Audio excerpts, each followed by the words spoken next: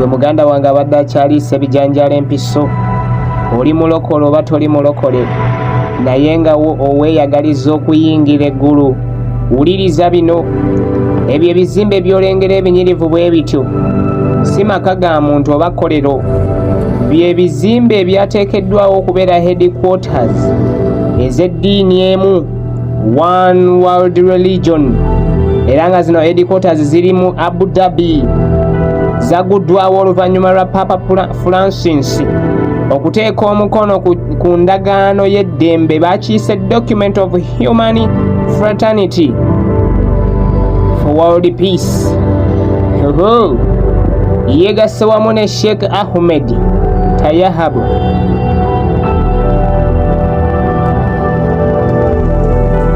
Olugendo tulutandiseeko gwe yali asomye ku Bible. Revelations lweyogerako nti beast ejja kusinzibwa. Bantu bangi bagenda kukyusibwa enzikiriza, bagenda kwesittala. Ekitebe kino kyolaba kyateekeddwa mu Abu Dhabi, naye nga mu kifo mwe bakitadde, mu kifo kye bakitaddemu, omukristaayo oba Christians tebakkirizibwa mu kifo ekyo ng'etteeka erya UAE bwe lirambika.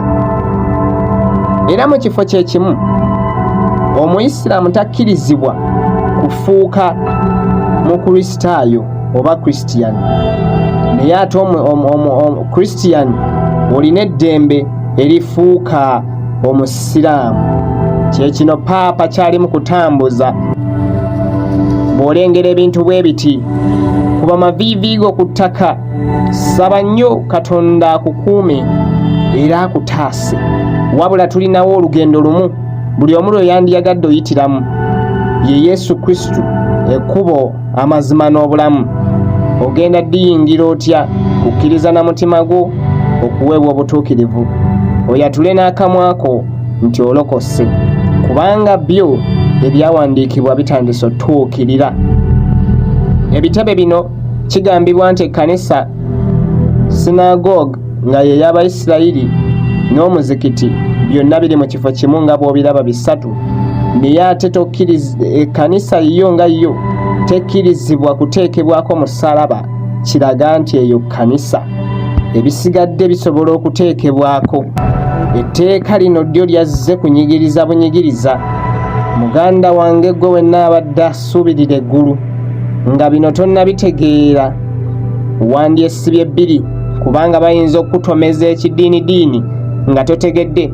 Ebizimbe bino babita Abrahamic Family House, era baali balina kubiggulawo mu 2022. Bakikoze, biri mu Abu Dhabi. Eyo ekitebe ekikulu ekya New World Order Religion gye bakitadde.